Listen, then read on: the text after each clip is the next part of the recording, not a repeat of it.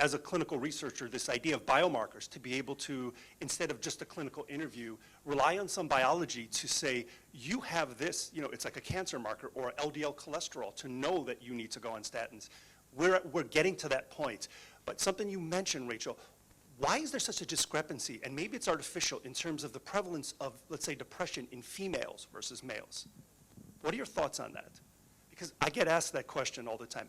And we never know if it's artificial, because maybe females are more willing to get help and seek a diagnosis, or if there's something biological about it. Well, I would just add, women have twice the incidence of depression and anxiety than men. So that's what we want to know about. I do think there's something artificial, as you say, in terms of what we identify in men.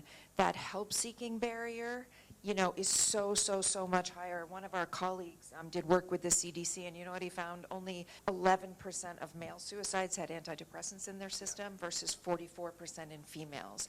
Even in, what we've seen in terms of during COVID, girls going to the ER for mental health reasons went up 50%, and that might be a good thing. That's help-seeking. You know how much it went up in boys? 4%, because they're taught. We don't talk about this. There's lots of shame. So I think that's an important thing. And when you're talking about biomarkers, this is across many. There are 22 suicide-related genes, right? So we know, like to your point, that the risk can be identified well before the crisis in all these different ways.